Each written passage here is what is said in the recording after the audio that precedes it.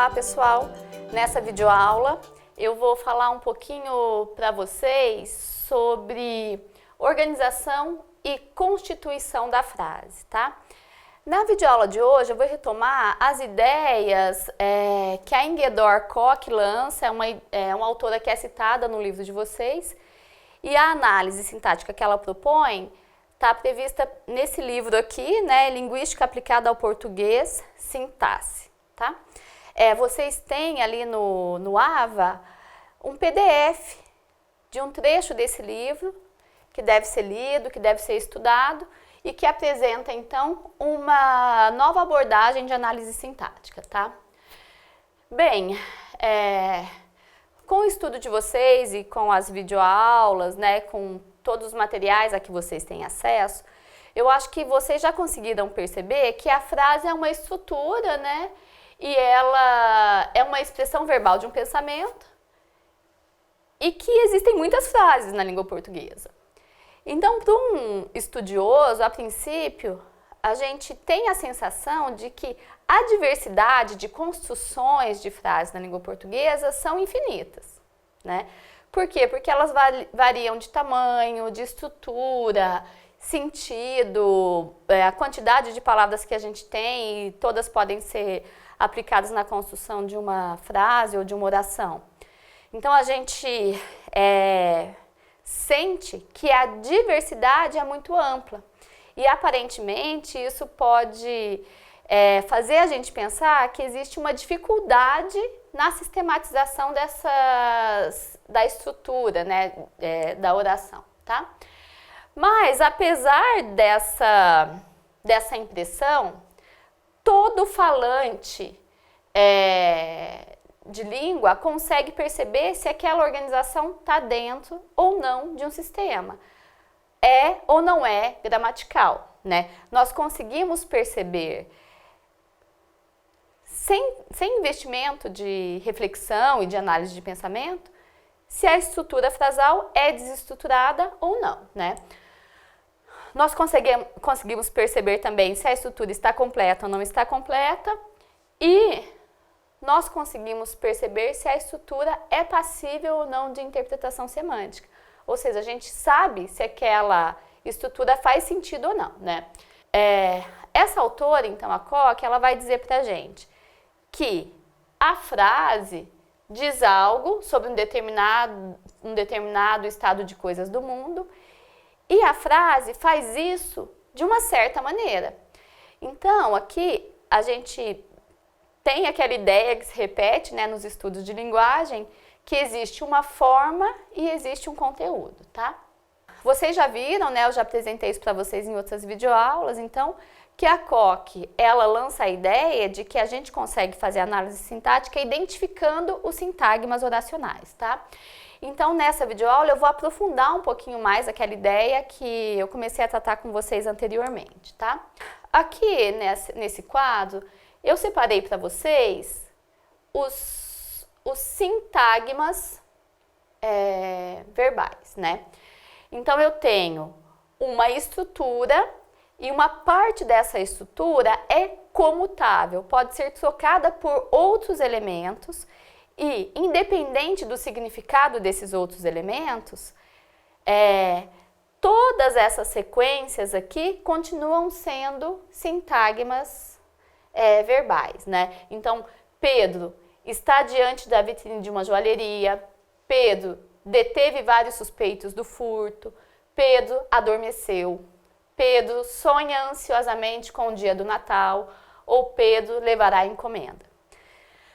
Vocês perceberam que nessa coluna a gente tem verbos sem complemento, a gente tem verbos com mais de um complemento, a gente tem estruturas variadas, mas independente do significado e de quantas palavras existam dentro dessa sequência, todos esses exemplos fazem parte de um mesmo paradigma, que é um paradigma dos sintagmas verbais, tá?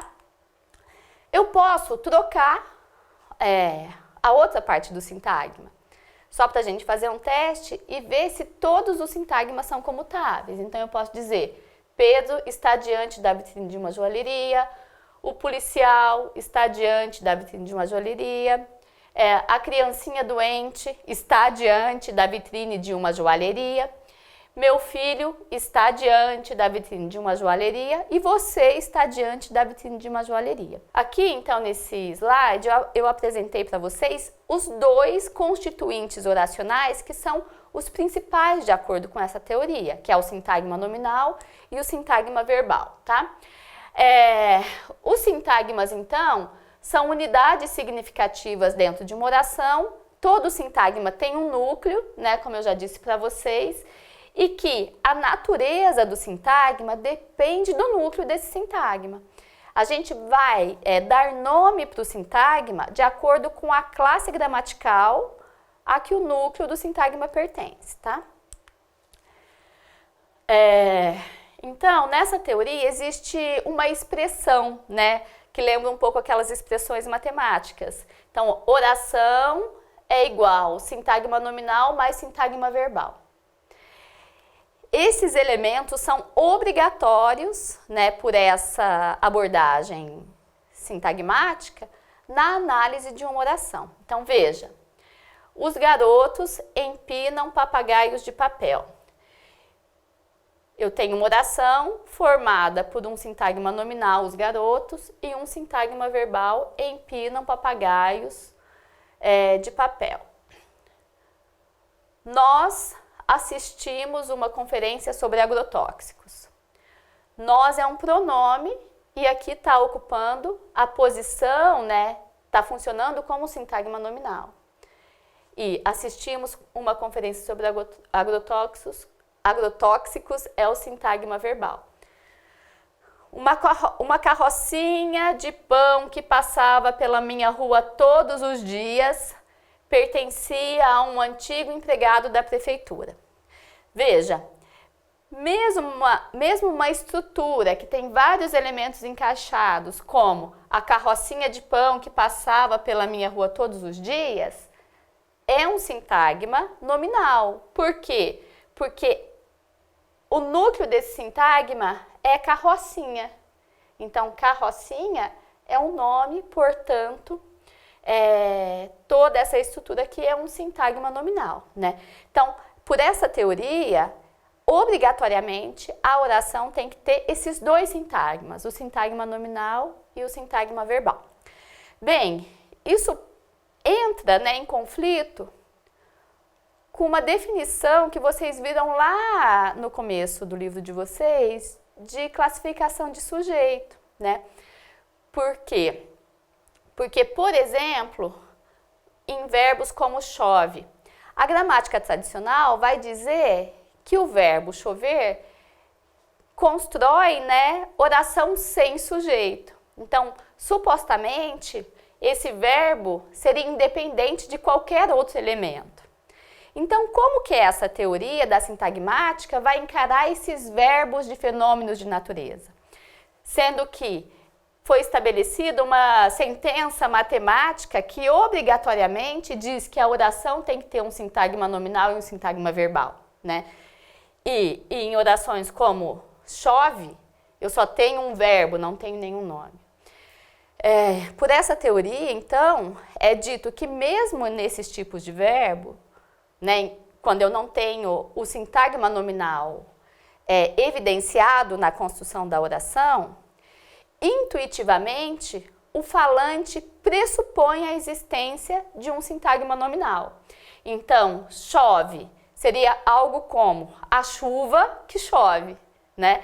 Então, existe esse símbolo, né, desse triângulo que é inserido na análise dessa teoria, porque mesmo que o sintagma nominal não esteja evidente, por essa análise, o falante pressupõe a existência desse sintagma mesmo que ele não seja expresso, tá? Bem, então a gente tem aquela estrutura que eu já falei para vocês, né? Que a oração pode ou não apresentar um sintagma preposicional. Nesse exemplo, as flores enfeitam os jardins na primavera. Eu poderia ter simplesmente uma oração com as flores enfeitam o jardim, composta de um sintagma nominal e um sintagma verbal. O sintagma preposicional pode aparecer, mas é facultativo, tá? Então, algumas regras são básicas nessa teoria. A expressão completa é oração, é igual sintagma nominal mais sintagma verbal e pode haver ou não um sintagma preposicional, tá? Aqui nessa imagem, eu copiei um trecho que está no livro, né, aquele livro que eu mostrei para vocês no começo dessa videoaula, em que a Koch, ela vai desenhar as relações sintáticas. Então, vejam aqui o que ela coloca. O, SN, SV. Então, a oração é composta por um sintagma nominal e um sintagma verbal, tá? A criancinha doente adormeceu. E às vezes a oração pode ser composta por um sintagma nominal, um sintagma verbal e um sintagma preposicional. As flores enfeitam os jardins na primavera. Bem, e um outro exemplo que eu coloco aqui, que é uma análise um pouco mais aprofundada, é de um sintagma adjetival. Então, a oração analisada é essa daqui, olha. O fumo é extremamente prejudicial à saúde. E todos esses traços que vocês estão vendo aqui, todos esses desenhos, apontam as relações sintáticas que se estabelecem. Então, veja, a estrutura inicial se mantém. A oração é igual a um sintagma nominal e um sintagma verbal. Bem, então, a oração é igual o fumo, que é o sintagma nominal, e o sintagma verbal é prejudicial à saúde, né? Então, essa estrutura, nesse nível aqui, olha, eu só tenho esses dois sintagmas. Só que, então, o sintagma nominal, o fumo, é composto por um determinante, que é o, e um núcleo, que é fumo, tá? Se a gente vai para a análise desse sintagma verbal, que é extremamente prejudicial à saúde, eu tenho um sintagma verbal composto por um verbo e um sintagma adjetival. O verbo é. E qual que é o sintagma adjetival? É extremamente prejudicial à saúde. Então, extremamente prejudicial à saúde tem um núcleo que é prejudicial. E prejudicial é um adjetivo, por isso eu tenho aqui um sintagma adjetival. Só que esse sintagma adjetival, extremamente prejudicial à saúde, é subdividido. Então, eu tenho um intensificador, que é extremamente, eu tenho um adjetivo, que é prejudicial, e eu tenho um sintagma preposicional, à saúde. Esse sintagma preposicional à saúde também pode ser analisado, pode ser esmiuçado. Então, em à saúde, eu tenho uma preposição a mais um sintagma nominal à saúde, né? Então, esse exemplo que eu dei para vocês aqui é um exemplo de análise sintagmática, que vai, além de definir quais são os sintagmas, indicar em qual posição de subordinação esse sintagma aparece. Então, normalmente, a gente ouve falar, né, em coordenação e subordinação apenas de orações. E aqui nessa abordagem, a ideia de subordinação não está ligada somente ao verbo, está ligada a todos os elementos oracionais. É isso e bons estudos para vocês!